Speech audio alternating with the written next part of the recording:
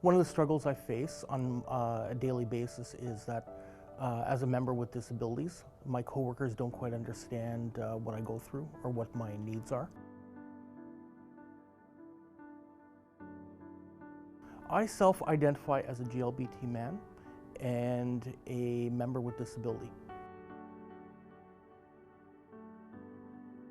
One of the struggles I face as a First Nations woman in the workplace is that many of my colleagues believe that I attain my position because of that and not my qualifications. I identify with First Nations, Métis, and Inuit. I look normal because I drive a fancy car and I'm a little flashy. So people don't see that there's any kind of a disability. I identify with members with disabilities.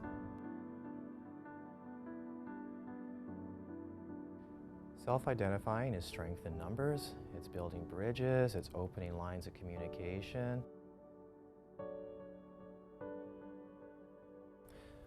I'm the male member of the Ceiu GLBT, and I also self-identify with the Métis, First Nations, and Inuit.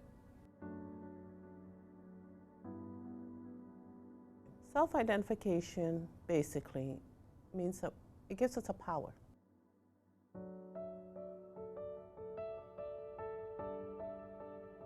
My key group that I identify with is racially visible.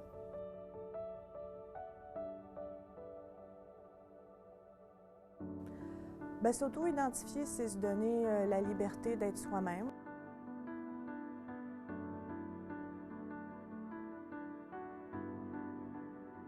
Me, I wanted to self-identify because it was important to be authentic, to have the freedom of mind to be who I am.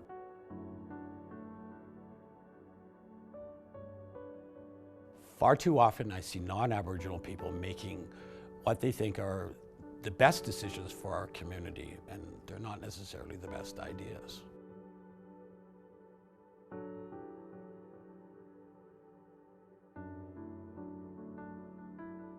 The primary group that I identify with is the First Nations, Métis, Inuit, but I also identify with the GLBT.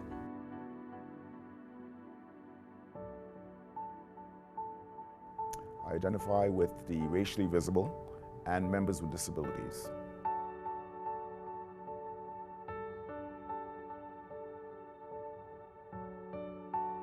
Being a member of both groups is that of not being taken seriously and having to prove myself every day. Every day.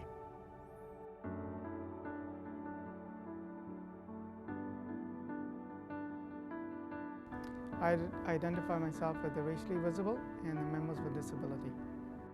Self-identify means to accurately reflect the composition of the workforce, of the equity group, and that of the union as a whole.